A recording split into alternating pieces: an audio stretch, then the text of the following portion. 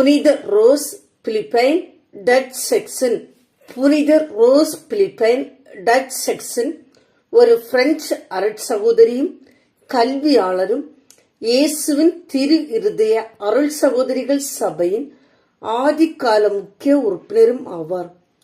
ஐக்கிய அமெரிக்க சமூகங்களின் முதல் ஜெபக் கூட்டத்தை நிறுவியவரும் இவரே.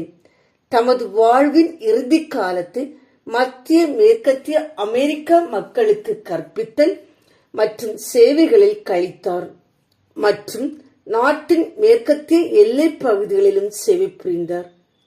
பிரான்சின் கிரோனபிள் என்னும் இடத்தில் பிறந்த இவரின் தந்தை ஒரு வழக்கறிஞர் ஆவார். இவரது தந்தையின் பெயர் ஃபியாரே பிரான்காய்ஸ் டச்செசன் ஆகும். தாயார் ரோஸ் யூப்ரோசின் பெரியர் ஆவார். இவர்களுக்கு பிறந்த 7 மற்றும் ஒரு ஆண் குழந்தைகளில் ரோஸ் பிலிப்பைன் டச்செசன் இரண்டாவதாக பிறந்த குழந்தை ஆவார். சிறு வயதில் அம்மை நோயினால் பாதிக்கப்பட்ட டச்செசனின் உடலில் நீங்கா வடுக்கள் தோன்றியிருந்தன. 1781 ஆண்டு டச்செசன் மற்றும் இவரது ஒன்றுவிட்ட சகோதரியான ஜோசபின் ஆகிய இருவரும் கிரோனபிள் அருகே உள்ள மலை அருகில் உள்ள தூய மரியாளின் வருகை சபையின் கன்னியரால் நடத்தப்படும் ஒரு துறவு மடத்தில் கல்வி கற்க அனுப்பப்பட்டார். துறவு வாழ்வில் ஈர்ப்பு கொண்ட ரோஸ் அதில் தீவிர ஈடுபாடு காண்பிக்க தொடங்கினார். இதை அறிந்த இவரது தந்தை அடுத்த வருடமே இவரை அங்கிருந்து நீக்கி தமது வீட்டின் அருகே கல்வி கற்க ஏற்பாடு செய்தார். 1788 ஆண்டு இவர் தமது குடும்பத்தினரின் எதிர்ப்பை மீறி தூய மரியாளின் வருகை சபையின் துறவில்லத்தில் இணைய முடிவெடுத்தார். தமது அத்தை ஒருவருடன் பயணப்பட்டு போன இவர் உடனடியாக துறவில்லத்தில் இணைந்ததும் தந்தையிடம் தகவல் கூறுமாறு சொல்லி அத்தையை தனியாக திருப்பி அனுப்பினார். எனினும் 1792 ஆண்டு பிரெஞ்சு புரட்சியின் பயங்கர ஆட்சி துறவில்லங்களை மூட வைத்தது. அங்கிருந்த அருள் சகோதரியர் திருப்பி அனுப்பப்பட்டனர். வேறு வழியின்றி ஊர் திரும்பிய ரோஸ் தமது 2 அத்தைமாருடன் ஒரு பண்ணை வீட்டில் வசித்தார். அங்கிருந்த காலத்தில் பிரெஞ்சு புரட்சியின் கொடுமையால் பாதிக்கப்பட்டவர்களுக்கும் முந்தைய துறவில்லத்தில் சிறைப்பட்டிருந்தவர்களுக்கும் சேவை புரிந்தார். 1801 ஆண்டில் பிரான்சில் மாவீரன் நெப்போலியனின் ஆட்சியின் கீழே கத்தோலிக்க திருச்சபை மீண்டும் தலையெடுத்து தழைக்க தொடங்கியது. ரோஸ் தூய மரியாளின் வருகை துறவில்லத்தை புதுப்பிக்கும் முயற்சியில் இறங்கினார். அதன் கட்டிட சொந்தக்காரிடமிருந்து கட்டிடங்களை பெற முயற்சித்தார். இல்லத்தின் கட்டிடங்கள் இராணுவத்தினர் வசிப்பதற்கும் சிறைச்சாலையாகவும் பயன்படுத்தப்பட்டிருந்ததால் குப்பை கூலமாகவும் துறவில்ல அருள் சகோதரிகள் தங்குவதற்கு ஏதுவானதாக இருக்கவில்லை. அவற்றை சுத்தப்படுத்தும் பணியில் இறங்கினார்.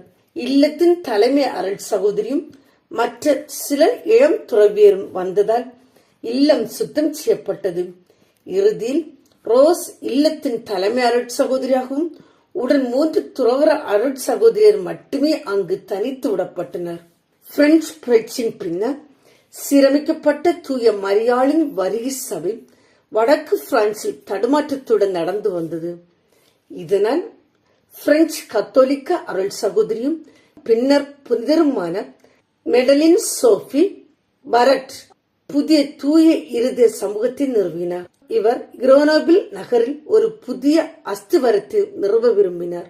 இவரது வழிகாட்டியும் இயேசு சபை குருவுமான ஜோசப் வரன் என்பவரின் தூண்டுதலின் காரணத்தால் 1804 ஆண்டு ரோஸ் பிலிப்பைன் டச்சனை சந்தித்தார். 1815 ஆண்டு நெப்போலியனின் யுத்தங்கள் முடிவுக்கு வந்த பின்னர் ரோஸ் பாரிஸ் நகரில் திரு இருதய பள்ளி என்ற பெயரில் ஒரு பள்ளியை தொடங்கினார். இருவரும் தொடங்கிய அப்பள்ளியில் இவர் புதுமுக துறவியரின் தலைமை பொறுப்பேற்றார். இவர் சிறு வயதில் தமது பங்கு ஆலயத்தில் புதிய பிரான்சின் காலனியான லூசினியாவில் மறைப்பணியாற்றும் துறவியரின் கதைகளை ஏராளமாக கேட்டு தாமும் அங்கே சென்று பணியாற்றும் ஆர்வம் கொண்டிருந்தார். 1817 ஆண்டு லூசியானா மற்றும் புளோரிடா மறைமாவட்டத்தின் ஆயரான வில்லியம் டுபர்க் பாரிஸ் நகர பள்ளிக்கு வருகை தந்தார். அவர் தமது மறைமாவட்டத்தில் உள்ள இந்தியா மற்றும் பிரெஞ்சு குழந்தைகளுக்கான கல்வி கற்பிக்கும் மற்றும் சுவிசேஷத்துக்கு உதவும் கல்வியாளர் சபை ஒன்றினை வேண்டி வந்திருந்தார். அவரை சந்தித்த ரோஸ் உடனடியாக தமது சிறு வயது விருப்பங்கள் நினைவு வர தமது சிநேகிதியான பரட்டிடம் அனுமதி வேண்டினார். 1818 ஆண்டு தமது சிநேகிதியான பாரட்டின் ஆசீர்வாதங்களுடன் துரோவில்லத்தின் 4 அருள் சகோதரியினருடன் ரோஸ் அமெரிக்கா புறப்பட்டார். 10 வாரங்கள் கடல் பயணம் மேற்கொண்ட பின் இவர்கள் நியூ ஒர்லியான்ஸ் மாகாணம் சென்றடைந்தனர். அங்கே இவர்களுக்கு தங்குவதற்கான வசதிகள் ஏதும் செய்து தரப்படவில்லை. உருசலின் அருள் சகோதரியுடன் சுருக்கமாக ஓய்வெடுத்த பின்னர் மிசிப்பி நதியில் 7 வருடங்கள் படகு பயணம் செய்து செயின்ட் லூயிஸ் நகர் சென்றனர். இறுதியில் செயின்ட் சார்லஸ் நகர் சென்று தங்கினார்கள். பண்டைய அமெரிக்கா மாகாணங்களின் கடின சூழ்நிலைகளில் கற்பிக்கும் பணிகளுடன் சேவைகளும் செய்து வாழ்ந்தனர்.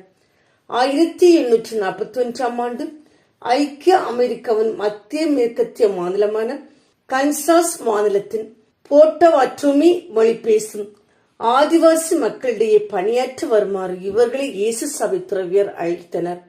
71 வயதான ரோஸ் ஆரம்பத்தில் அவர்களுடன் செல்ல தேர்வு செய்யப்படவில்லை.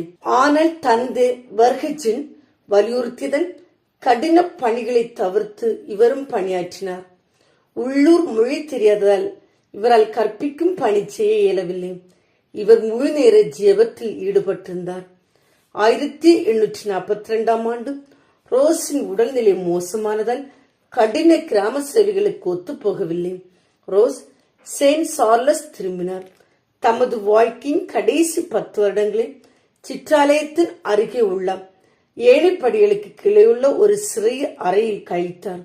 வலு குறைந்த பார்வை மங்கி போன தனிமையை கஷ்டப்பட்ட தமது சிநேகிதியான அன்னை பரட்டின் கடிதங்களுக்காக ஏங்கிய புனித ரோஸ் 1852 ஆண்டு நவம்பர் மாதம் 18ஆம் நாள் மரித்தார். அப்போது இவருக்கு வயது 83. இறைவனுக்காக தன்னை அர்ப்பணித்து ஒடுக்கப்பட்டவர்களுக்காக வாழ்ந்த இப்புனிதரின் வாழ்வை நம் வாழ்வில் விதைப்போம். அதன் வழியாக இறை அருளை நிறைவாய் காண்போம். புனித ரோஸ் பிலிப்பைன் டச்சஸின் எங்களுக்காக வேண்டிக் கொள்ளும்.